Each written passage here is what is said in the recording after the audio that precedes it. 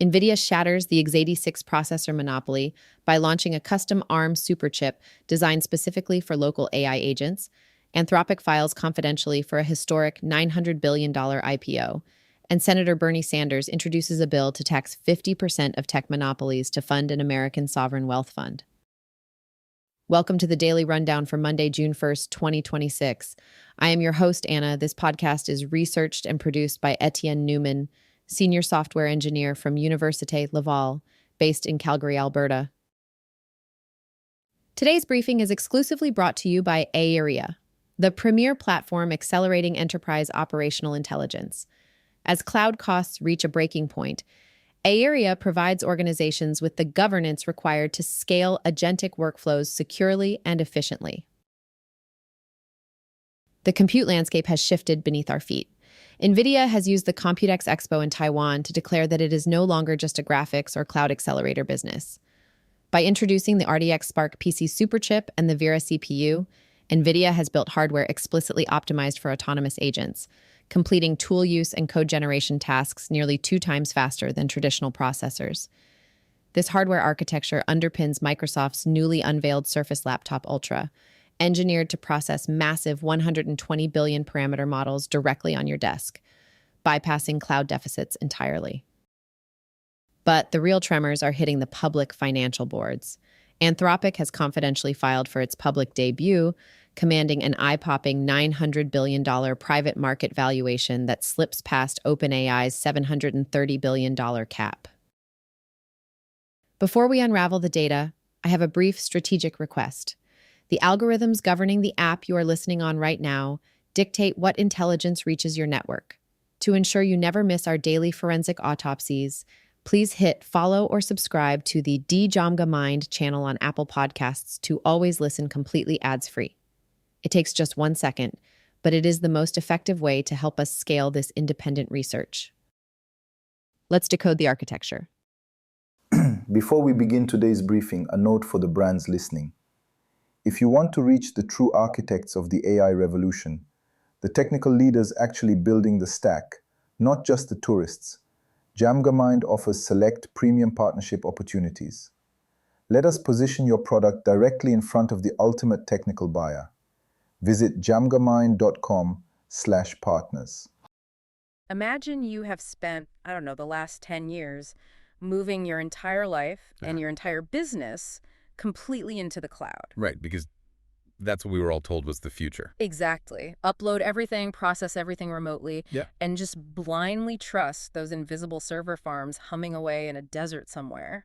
Yeah, you're essentially paying rent by the minute just to exist in that digital space. Right. But what if I told you the landlords are basically packing up? Like, the cloud as we know it, as of today, June 1st, 2026, is officially on life support. It's a really radical reversal. I mean, we are watching the massive centralization of the last decade just aggressively unravel right now. The whole industry is pulling the plug.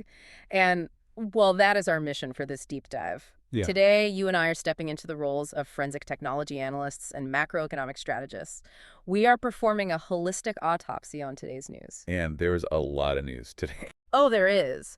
We are focusing on this massive architectural flip from cloud compute to local edge execution and the unprecedented sovereign capital grab it's triggering. It's a huge collision of hardware and economics. It really is. And before we start dissecting that collision, we should definitely thank ARIA for powering the analytical frameworks we use to pull these insights together. Yeah, absolutely. Their tools are honestly invaluable when you're trying to make sense of a market shifting this quickly. So let's just start with a 10,000-foot view. Why is the tech industry suddenly slamming the brakes on the cloud? Well, it fundamentally comes down to physics and economics, specifically the brutal reality of cloud token expenses. Okay, break that down for us. So to understand this, you really have to look at how our use of AI has changed. Like a couple of years ago, you used a chatbot, right? Right, you type a prompt, you get a response. Exactly. You ask a question, it gives an answer, and that costs a tiny fraction of a cent in cloud compute. But today, businesses aren't really using chatbots anymore. They are using autonomous AI agents. Oh, right. An agent isn't just answering a single caller. No, not at all. You tell an agent, build me a new inventory management system, and it literally goes off and works on its own for 6 hours. Yeah, it's writing code, it's testing it. Finding an error, rewriting it. Exactly. And every single one of those autonomous actions requires processing power in a remote data center. Every step burns tokens. So it adds up fast. Oh, incredibly fast. When you have thousands of agents running 24/7 across a massive enterprise, those token meters are just spinning out of control. It is completely financially unsustainable. Wow. And the second major bottleneck is corporate privacy. Right, the data security aspect. You just cannot have autonomous agents deeply integrated into your proprietary corporate workflows if every piece of sensitive financial data or source code has to be round-tripped to a third-party server. The latency alone slows the agents down. The latency is bad, but the security risk of data leaks is just totally unacceptable to a Fortune 500 board. Which brings us to the actual hardware, right? The silicon layer. Because if the cloud is too expensive and way too risky, the compute has to happen locally. It has to move to the edge. Yes. And based on Nvidia's Computex 2026 keynote today, they are fully weaponizing this shift. Oh, they have essentially declared war on the x86 processor legacy. Right. So for those listening who might not be super deep into computer architecture, what exactly is the x86 legacy? Like, why is Nvidia attacking it so hard? Well, the x86 architecture is essentially the standard engine that's run almost every personal computer for the last 40 years. It's the old reliable. Yeah, but it was designed for a totally different era of computing. General-purpose tasks, running operating systems, handling spreadsheets. Not AI. Right. It wasn't built from the ground up for the massive parallel mathematical operations that modern AI requires. So NVIDIA is stepping in and explicitly stating, we are no longer just a graphics card company. We are building the entire computer from scratch. And the centerpiece of that whole strategy is the launch of their Vera CPU. Yes. NVIDIA engineered the Vera CPU specifically for those agentic workloads we were just talking about. The tool use, writing code, all that autonomous stuff. Exactly. Processing live data streams.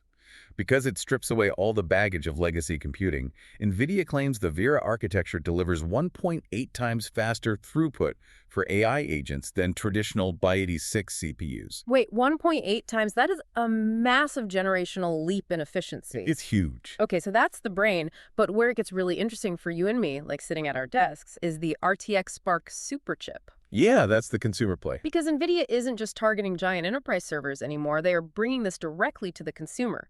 They just unveiled the superchip for Windows PCs. Quite a piece of hardware. It really is. It fuses a Blackwell GPU with a custom ARM-based N1X CPU designed by MediaTek.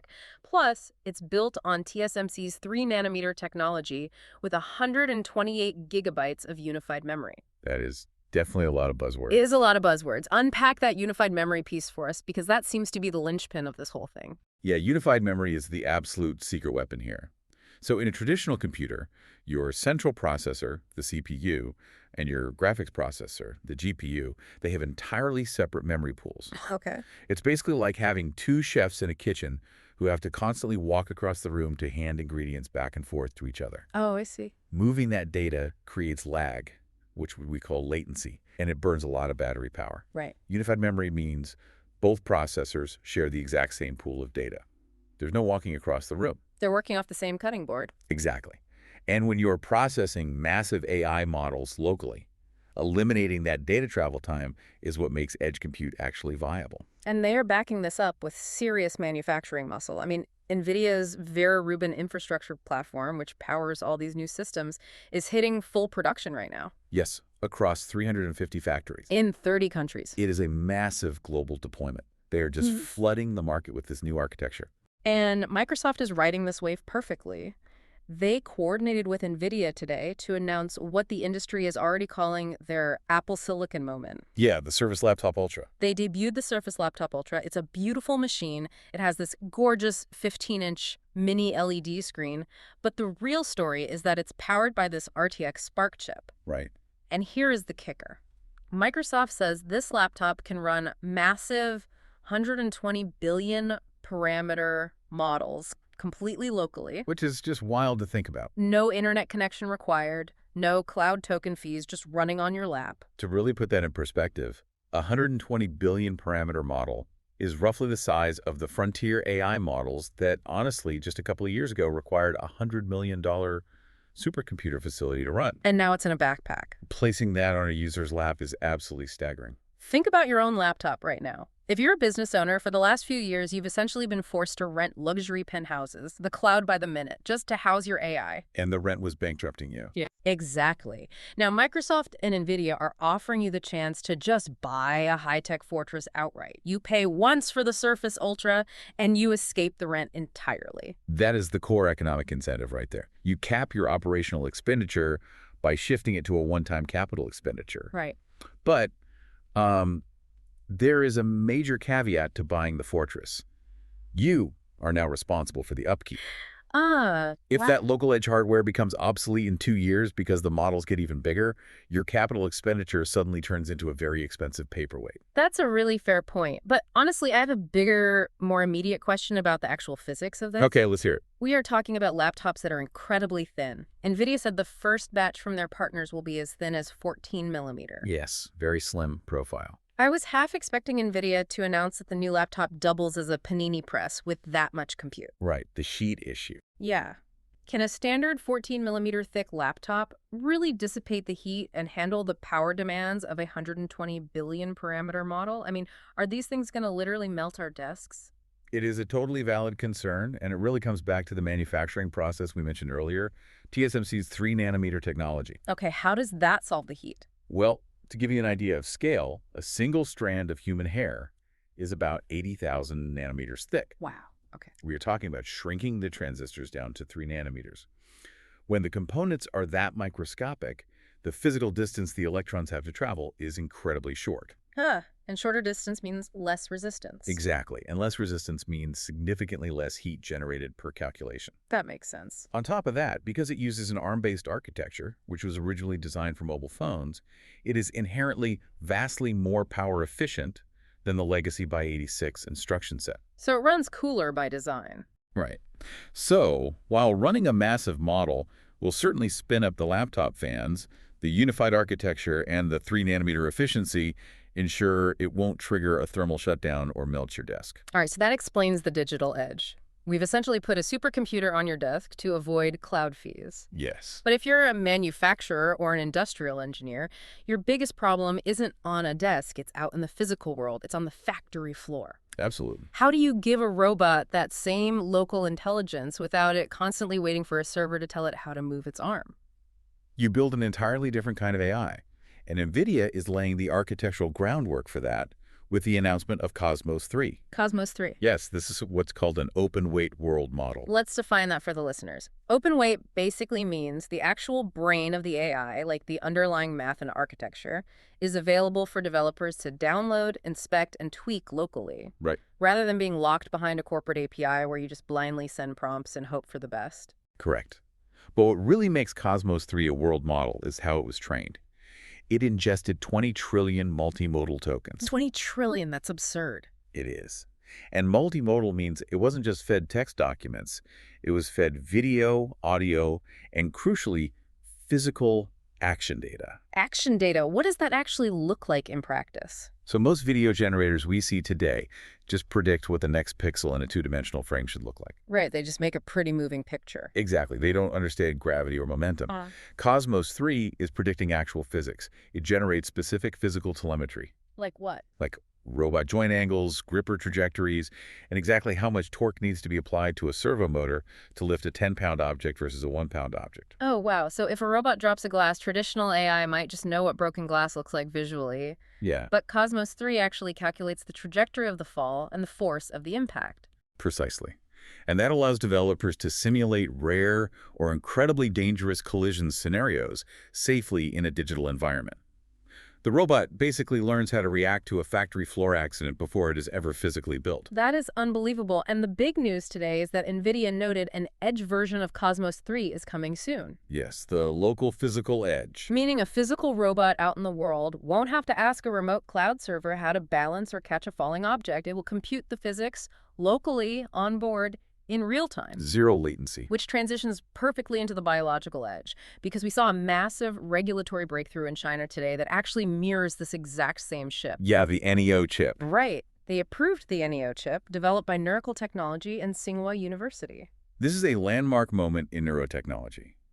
It is the first invasive brain-computer interface, or BCI, approved for use outside of clinical trials for paralyzed patients aged 18 to 60. When most people think of a brain chip, they think of early designs like Neuralink, right? Which involved a surgical robot embedding microthreads directly into the brain tissue. Right, cortical piercing.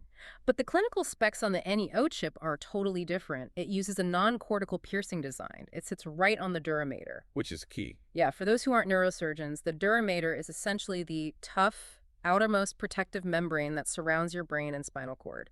It's almost like a thick skin over the brain. That physical placement is vital. By sitting on top of the duramater instead of piercing the cortex, the NEO chip drastically lowers the risk of hemorrhage. Makes sense. It also prevents long-term glial scarring, which is basically the body's natural immune response trying to reject a foreign object. Just much safer long term. Exactly. It sacrifices a tiny bit of high-fidelity signal resolution, but it makes the safety profile robust enough for China to grant widespread regulatory approval. And what it does with that signal is incredible. It translates the local brain compute, the raw neural waves happening right there under the skull, into physical movement, driving a soft robotic glove for the patient to use in daily life. The mechanism is entirely self-contained. Wait, I'm seeing a really interesting parallel here. With Cosmos 3, we have AI generating physical joint angles, so a silicon robot doesn't have to wait for a cloud server. Okay, yeah. And with the NEO chip, we have a device capturing raw brain waves to drive a robotic glove locally, right there on the patient's arm. Are these two wildly different fields basically using the exact same playbook? The architectural mandate is completely identical. Wow. In both cases, latency is the ultimate enemy of the physical world. A factory robot navigating a complex environment cannot wait 200 milliseconds for a cloud server in another state to tell it how to maintain its balance. Right, it would just fall over. Exactly. Yeah. Similarly, human neurology operates in fractions of a millisecond. If you are paralyzed and trying to pick up a cup, you cannot round-trip a motor cortex signal to an external Wi-Fi server to tell the robotic glove to close its fingers. The delay would make it unusable. The compute must occur at the absolute edge, whether that edge is a 14-millimeter laptop chassis, a silicon robot, or the human duramater. The physical reality demands local execution. Okay, so we've established that the technology is fleeing the cloud and decentralizing to the edge across the board. Right. But let's talk about the money. Because this explosion in high-performance local AI compute isn't just a technological marvel, it is generating an unprecedented concentration of wealth. Oh, absolutely historic amounts of wealth. And today, we are seeing the inevitable massive collision between these private AI markets and sovereign governments. Yeah, to really understand the scale of the wealth here, we have to look at the Anthropic IPO filing today. Yes. They filed confidentially to go public, securing a private market valuation of $900 billion. $900 billion. Let's just pause and let that number sink in for a second. It's almost hard to comprehend. That effectively upends the entire hierarchy. It blows right past OpenAI's $730 billion valuation tier.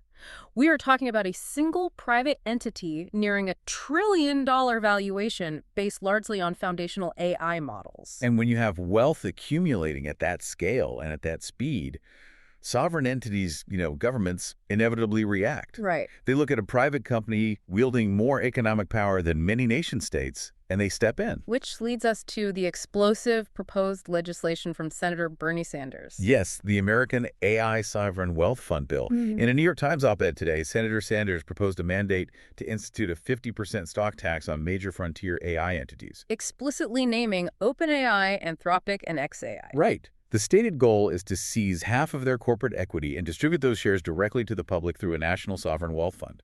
Now, for you listening, whatever your politics are on wealth distribution, we're looking at this from a strictly macroeconomic perspective. Right, we're totally neutral on the politics of it. Exactly. We're just looking at what this means for the market. And from a pure market analyst perspective, this is a massive macroeconomic curveball for these companies. It's unprecedented. What's fascinating from a purely economic standpoint is the sheer mechanics of this proposal.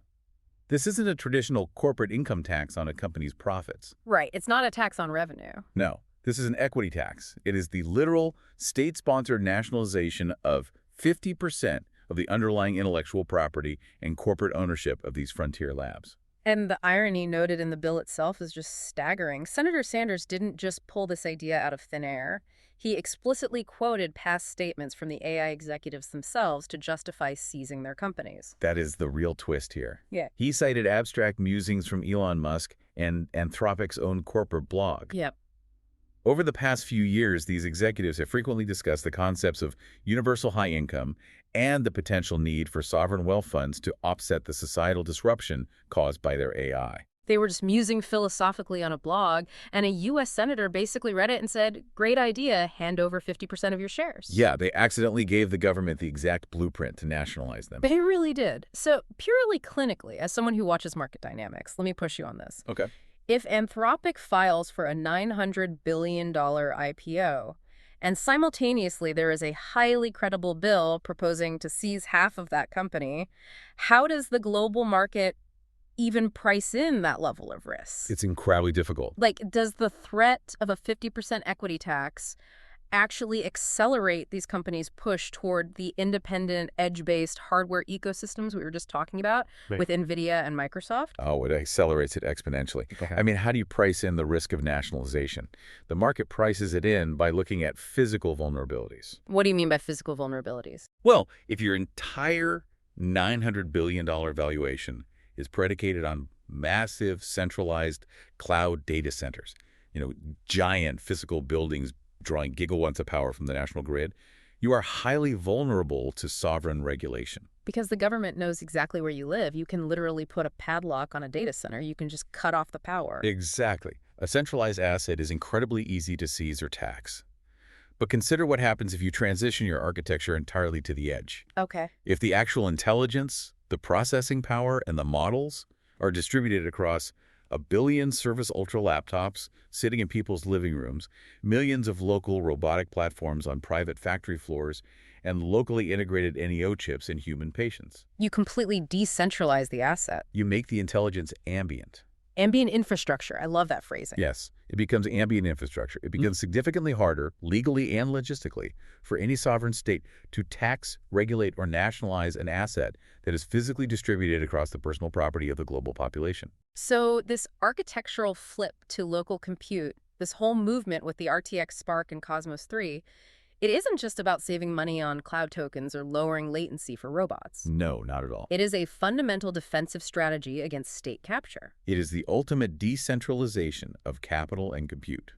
When the state tries to grab the cloud, the industry dissolves into the mist of the edge. That is a phenomenal way to frame it. Okay. Let's pull all these threads together. Let's do the final autopsy summary of what we've dissected today. Sure. So today's landscape shows us that the shift from cloud token dependency to local edge execution is effectively complete. Driven by hardware. Right, driven by architectural innovations like Nvidia's RTX Spark superchip, the Cosmos 3 world model for robotics, and the NEO BCI for human biology. Technological power is moving out of the centralized data center and directly into the local physical environment. But it's causing friction. Massive friction. This shift is triggering historical wealth accumulation, as we saw with Anthropic's $900 billion IPO filing. And that unprecedented private wealth is provoking aggressive sovereign pushback, evidenced by the proposed 50% equity tax. So the battle lines are drawn. The tension between distributed edge autonomy and centralized sovereign control is officially the defining macroeconomic battle of this new era. Which leaves us with a lingering forward-looking question based on everything we've looked at today. Let's hear it. If Nvidia and Microsoft are succeeding in making incredibly powerful AI run entirely on local edge hardware without needing the cloud, will the towering $900 billion valuations of cloud-reliant model makers like Anthropic actually hold up in the public market? That is the trillion-dollar question. Or are politicians and investors trying to tax and buy into the giants of an era that is already architecturally obsolete? We started this deep dive by looking at the cloud paradigm lying on life support. The real question now is whether the market realizes the patient has already flatlined. It's going to be fascinating to watch. It really is. Thank you for joining us on this forensic exploration. We'll catch you on the next deep dive. That concludes our daily forensic briefing for June 1st, 2026. The strategic signal for today is the migration to physical and local infrastructure. As enterprise token spend causes structural distress across balance sheets, the clear solution is the edge. Nvidia's new chips and Microsoft's Surface Ultra prove that high-leverage workflows are moving directly onto local devices. Simultaneously, startups like Mecha and MicroAgi are bypassing tech scraping to capture raw physical human data directly from real-world spaces. Capital is separating itself from internet-level abstractions and anchoring to physical hardware, proprietary local datasets, and legal boundaries. We thank our sponsor, ARIA, for supporting this broadcast. If you want to take back control of your infrastructure, check the show notes for our curated AI Executive Toolkit. As always, we have exclusive discount codes for Google Workspace and my AI and Machine Learning Tutor Pro apps listed below. Subscribe to the DJAMGAMIND channel on Apple Podcasts to always listen completely ads-free. I am Anna. Stay sharp and keep unraveling the future. And before you go, if your company is building the tools that power the workflows we talked about today, I'd love to showcase them to this audience. We don't just run ads, we build technical simulations that prove your value. Let's build something together. Visit jamgamind.com/partners to get started. Until next time, keep building.